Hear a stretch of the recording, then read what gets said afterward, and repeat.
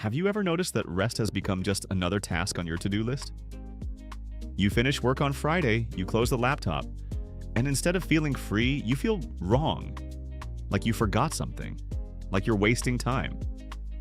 Like the person who actually has their life together wouldn't just be lying here. So you reach for your phone, you scroll, you watch 3 episodes of something, you're relaxing. But Sunday night comes and you feel just as depleted as Friday afternoon. Maybe worse. Here's the thing, this isn't laziness, it isn't a character flaw, and it isn't because you need a better morning routine. Science has a very different explanation, and it starts with a part of your brain that never ever stops working. Modern life has handed us a strange paradox. We are statistically the most rested generation in human history. Shorter working hours than the industrial age, more leisure time than our grandparents could imagine.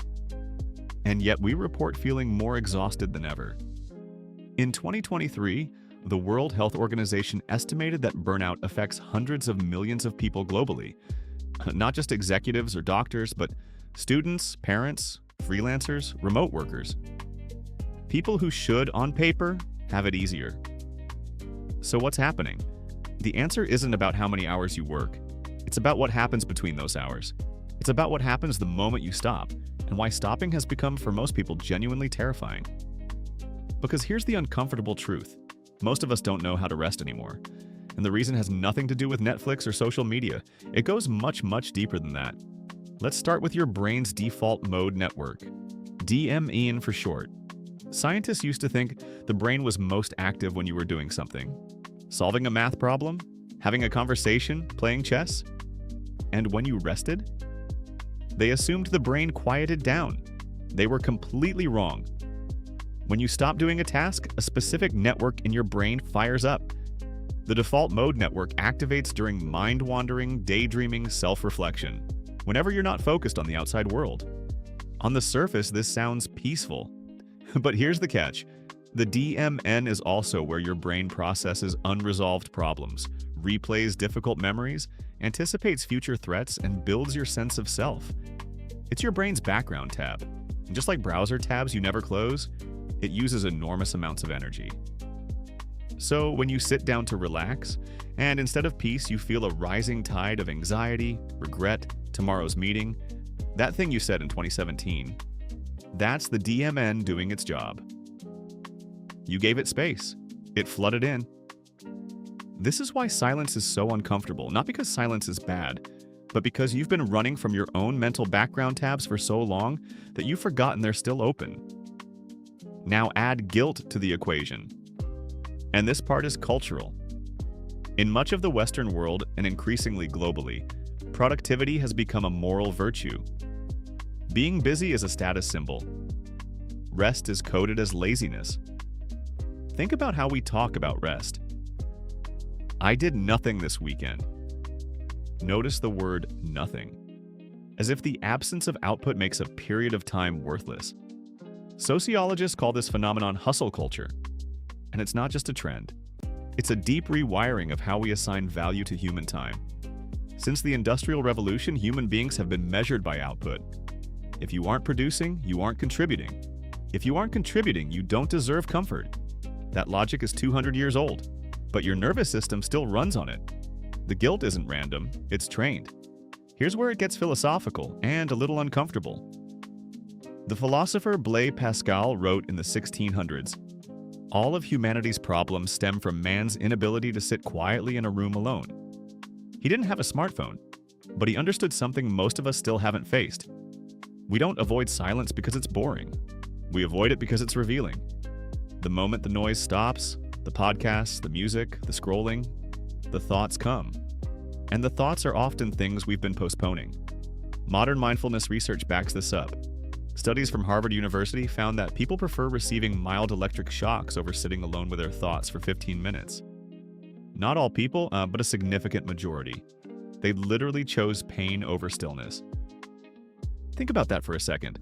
Pain over silence. This is why mantras and meditation apps are booming, and also why most people abandon them within a week. The surface appeal is calm, but what meditation actually asks you to do is to stop running, to sit with whatever is in that room, and for many people that room is full. So we've established that rest is complicated, but what is it scientifically? Neuroscientist and author Matthew Walker describes sleep as the single most effective thing we can do for brain health. But sleep isn't the same as rest, and rest isn't the same as doing nothing. Researchers at the Drexel University Creativity Lab found that the most creative insights, the aha moments, don't happen when you're focused hard on a problem. They happen when your brain is in a low-effort, diffuse state. Walking, showering, staring out a window. This is called diffuse thinking, and it's the opposite of focused thinking. Your brain needs both, but modern life has almost entirely eliminated diffuse thinking time. We've filled every gap with content. The commute that used to be 30 minutes of staring out a train window, now it's a podcast. The lunch break that used to be 20 minutes of ambient noise, now it's YouTube. The void that used to exist between tasks, the creative breathing room, is gone. And here's the kicker: filling the gaps doesn't feel like filling the gaps. It feels like efficiency. It feels like optimization. It feels like you're being a good steward of your time. But your brain is paying a quiet, compounding cost. Here's the twist that reframes everything. We've been treating burnout as a problem of too much work, but the research increasingly suggests it's a problem of wrong rest, or more precisely, the complete absence of restorative rest. Psychologist Sabine Sonnentag spent decades studying recovery from work. Her research showed that 4 specific experiences, called the drama framework, are what actually restore us: detachment, relaxation, autonomy, mastery, meaning, and affiliation. Notice what's not on that list: passive consumption, endless scrolling, binge watching. Here's the really counterintuitive part. The activities that feel most restful, lying on a couch doing nothing, watching whatever, scrolling, are often the least restorative. And the activities that require a little effort, a walk without headphones, a creative hobby, a real conversation, actually restore us more. But they require crossing a threshold, a small activation energy. And when you're depleted, that threshold feels like a wall. So depleted people reach for the easiest option, which doesn't restore them, which keeps them depleted, which makes the threshold higher next time. It's a loop, a rest trap. And then, here's the part that makes this cultural, not just personal. This loop is being actively sustained by entire industries whose revenue depends on capturing your attention during your rest time. Your off hours are someone else's business model. The attention economy doesn't just want your work hours, it wants your recovery time. And it's very, very good at making its product feel like rest. So now you know. What do you do with this? I want to give you 3 shifts, not a morning routine, not a 30-day challenge, just 3 reframes that actually change something. Shift 1. Rest is a skill, not a state. You're not supposed to just naturally know how to rest in a world designed to prevent it. Rest takes practice. It takes intention. Think of it as training, the same way you might train focus or strength. Start small. 5 minutes without a screen.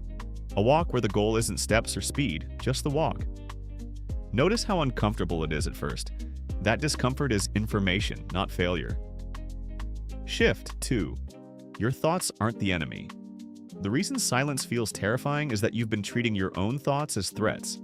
Things to outrun, avoid, mute. But those background tabs? They don't disappear when you ignore them. They get louder. Mindfulness isn't about having no thoughts. It's about changing your relationship to thoughts, watching them without immediately acting on them. A thought is not a command. It's weather. It passes. This is what the ancient practice of meditation has always been about, and what the modern neuroscience of the default mode network now confirms. You can train your brain to be in the DME without drowning in it. Shift. 3. Protect your restoration actively. Your off time is under attack. Acknowledge that, and then protect it with the same intentionality you'd give a work deadline. Schedule your diffuse time. Plan your nature. Choose one thing that takes a little effort, because that's the thing that will actually fill you back up. And when the guilt voice says you're being lazy, remind yourself, this is maintenance, not luxury.